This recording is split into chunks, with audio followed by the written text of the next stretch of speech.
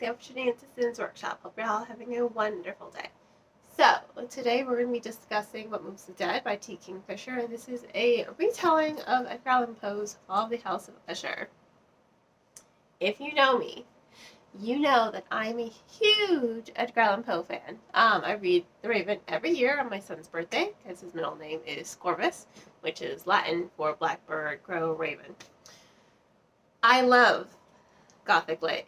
If you know me and if you are not new to this channel, you know that. So when I found out that this was a retelling of the Fall of the House of Usher, I was just like, yes please, I need this. I was not disappointed. Not in the least. I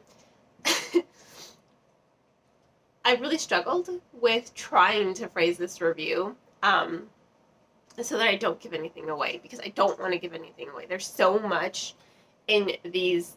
It's short. It's less than 200 pages. This is a quick read, you know. We're following Alex, who is a gender fluid, non-binary main character. And I think that that's really intriguing as far as main characters go. We do get a little backstory on their culture, you know, their clan, and how they chose their identity. And it fits within the narrative. What I really have to applaud Kingfisher for, though, is how they were able to embody Poe's essence. I guess you get that Gothic atmosphere. It is very reminiscent of Edgar Allan Poe, and I love that about the story. But Kingfisher does it in their own way, and in a slightly comical way.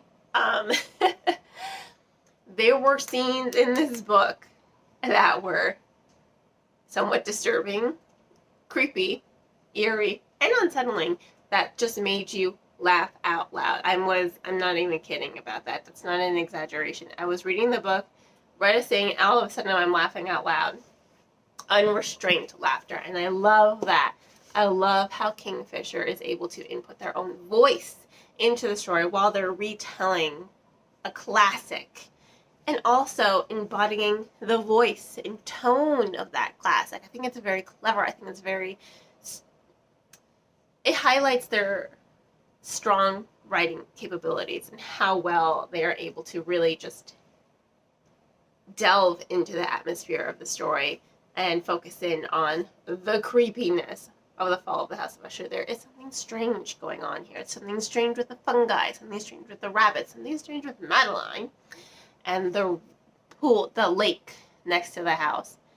There's something weird going on at the Fall of the House of Usher. But it works. It works so well. And like I said, just the characters' reactions to some of this strangeness and unsettlingness and somewhat disturbing aspects, you know, the way Kingfisher describes certain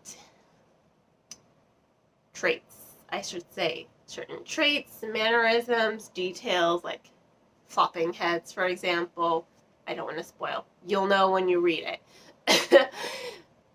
Just Alex's reaction sometimes is just like, it makes you laugh.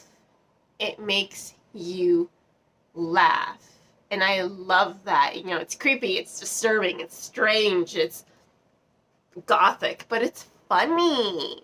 And I love that about Kingfisher's work, how they are really able to write something that is horror, but also funny at the same time. And if you're like one of those people like, I don't really do horror, I don't really like horror, I think this is going to be the book that will get you into horror. Again, short, quick read, less than 200 pages. You could read it in one setting. I'm pretty sure I did read it in one setting. Could have put it down, laughed out loud, was disturbed, but it's not grotesque, you know, not really. It's not scary horror. It's more unsettling Gothic kind of horror. So if you're like wondering, I want to get into horror, but I don't really like horror, I think this is going to be the book that will help you figure out what kind of horror you do like to read.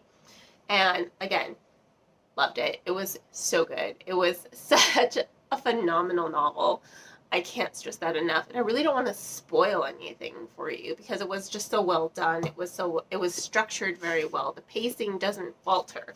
You know, you would think, oh, you're reading something unsettling, gothic horror, and then in comes this humorous element, and it doesn't disrupt the pace at all. It fits because it fits with the way that Kingfisher has built up these characters and those character dynamics and the plot as well. It works and it fits, and it makes for a thoroughly engaging read at the end of the day. So, if you want to go ahead and purchase the book, which I highly recommend, links will be in the description below. I do have to give this book 4 out of 5 stars. Didn't quite blow me away, but it was just so, okay, 4.5 out of 5 stars. Didn't quite blow me away, but I really did enjoy it overall. So once again, links will be in the description below. If you want to go ahead and support me, please do not forget to like this video and subscribe to my channel. You can also become a supporter on Buy Me a Coffee, Patreon, or make a donation to my PayPal. Another way you can support me is by purchasing one of my handmade candles on my Etsy store. I hope you all have a wonderful rest of your day, and as always, happy reading.